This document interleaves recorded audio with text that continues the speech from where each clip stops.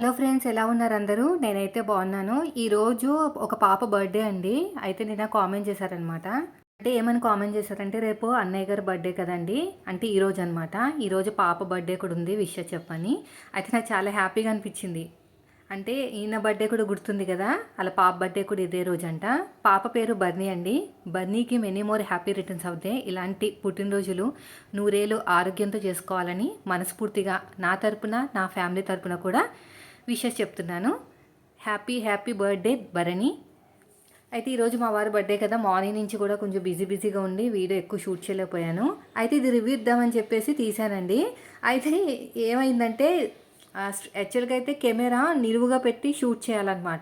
ఏదైనా సరే మనం షార్ట్ వీడియో తీయాలనుకుంటే నేను మర్చిపోయి అడ్డంగా పెట్టేసి షూట్ చేశాను. సరే పర్లేదులే, లాంగ్ వీడియోలో పెట్టుకోవచ్చు. అడ్డంగా అయితే లాంగ్ వీడియో, నిలువుగా కావాలంటే షార్ట్ వీడియో. సో ఇవి కూడా బుక్ చేశానండి. ఇది డెకరేషన్ ఐటమ్స్ అనమాట. చాలా బాగున్నాయి. నచ్చినల్లా ఉంచేసుకుంటే మనకి ఇల్లు అంతా నిండిపోతుంది, డబ్బులు కూడా ఏమీ రావు కదా. అందుకని బలవంతంగా రిటర్న్ పెట్టేశాను. నిన్న నైట్ వచ్చి తీసుకెళ్ళిపోయారు. అదేంటో మనకి షాపింగ్ అన్నా ఏదైనా వస్తువులు అన్నా కూడా లేడీస్కి చాలా ఇష్టం కదా. చాలా బాగున్నాయండి. మోస్ట్లీ నేను చూసిన వాటిలో మీషోలో కానీ ఫ్లిప్కార్ట్లో కానీ ఏదైనా సరే చాలా జాగ్రత్తగా రివ్యూస్ చూసుకుంటూ, రివ్యూస్ కూడా నేను చాలా చెక్ చేశానండి. కొంతమంది మైండ్ సెట్ ఎలా ఉంటుందంటే, 100 రూపాయలు సరుక్కొని 1000 రూపాయలు ఎక్స్పెక్ట్ చేస్తారు. అలాంటి వాళ్ళు ఏమని కామెంట్ చేస్తారంటే, ఏం బాగాలేదు, వరస్ట్ ఇది అని కామెంట్ చేస్తారు. సో నేను అబ్జర్వ్ చేశానమాట. కొన్ని ఐటమ్స్ బుక్ చేసుకున్న తర్వాత చాలా బాగా నచ్చాయి, కానీ కింద మాత్రం ఒకరు ఇద్దరు మాత్రం బాగాలేదని కామెంట్ చేసేవాళ్ళు. అప్పుడు అర్థమైంది, సో వీళ్ళకి ఏంటంటే తక్కువ అమౌంట్లో ఎక్కువ వచ్చేయాలి అని ఆలోచిస్తూ ఉంటారు. మంది అది మైండ్ సెట్ ఎలా ఉంటుందంటే, ఇంత మంచి ప్రోడక్ట్ ఇంత తక్కువ ధరకి ఇచ్చారేంటి, ఇందులో ఏమైనా ఫేక్ ఉందని ఆలోచిస్తూ ఉంటారు. మీరు ఏం ఆలోచించాల్సిన అవసరమే లేదు. సో మీ కంటికి నచ్చింది అంటే బుక్ చేసుకుని మళ్ళీ రిటర్న్ ఆప్షన్ ఎలాగో ఉంటుంది కదా, రిటర్న్ పెట్టేసేయండి, సరిపోతుంది. రిటర్న్ అందే గుర్తొచ్చింది. నేను పండక్కి దసరాకి బుక్ చేసిన వాటిలో దగ్గర ఒక 8 ప్రోడక్ట్ అయితే ఆగిపోయినాయండి మీషో నుంచి. అయితే ఇంకా కస్టమర్ కేర్కి అయితే కాల్ చేశాను. నేను ఎప్పుడో బుక్ చేశాను, ఇంకా రాలేదు అని మాట్లాడితే పంపిస్తానన్నారు. ఆ 8 ఐటమ్స్ రాకపోతే మాత్రం చాలా లాస్ నాకైతేని. సో ఫైనల్గా అయితే సేమే చేశాను. చాలామందికి పంచానులేండి. అంటే చిన్న చిన్న గిన్నెలో వేసి పిల్లలకి ఇచ్చాను. అందుకు నేను సగమే ఉంది ఇందులో. పొద్దున అసలు టైం లేదండి, హడావిడి అయిపోయింది. అయితే ఈసారి సేమియాలో నేను ఇది ఉంది కదా మనకి, ఖర్జూరం పేస్ట్ వేసాను అనమాట. చాలా బాగుంది టేస్ట్ అనేది. ఈసారి మీరు కూడా ట్రై చేయండి. మంచి స్మెల్, మంచిగా టేస్ట్ కూడా చాలా బాగా వచ్చింది. ఈ డ్రెస్ వచ్చేసి ఒక కస్టమరు వాళ్ళు తెలిసిన ద్వారా వచ్చారనమాట.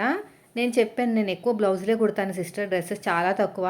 నాకు కుట్టాలన్నా కూడా నాకు పెద్దగా ఇంట్రెస్ట్ ఉండదు, ఎందుకంటే పెద్దగా ఉంటాయి కదా డ్రెస్సులు, దాని మీద నిలబడవు, చూంచి ఇబ్బంది పడాలని చెప్తూ ఉంటానన్నమాట.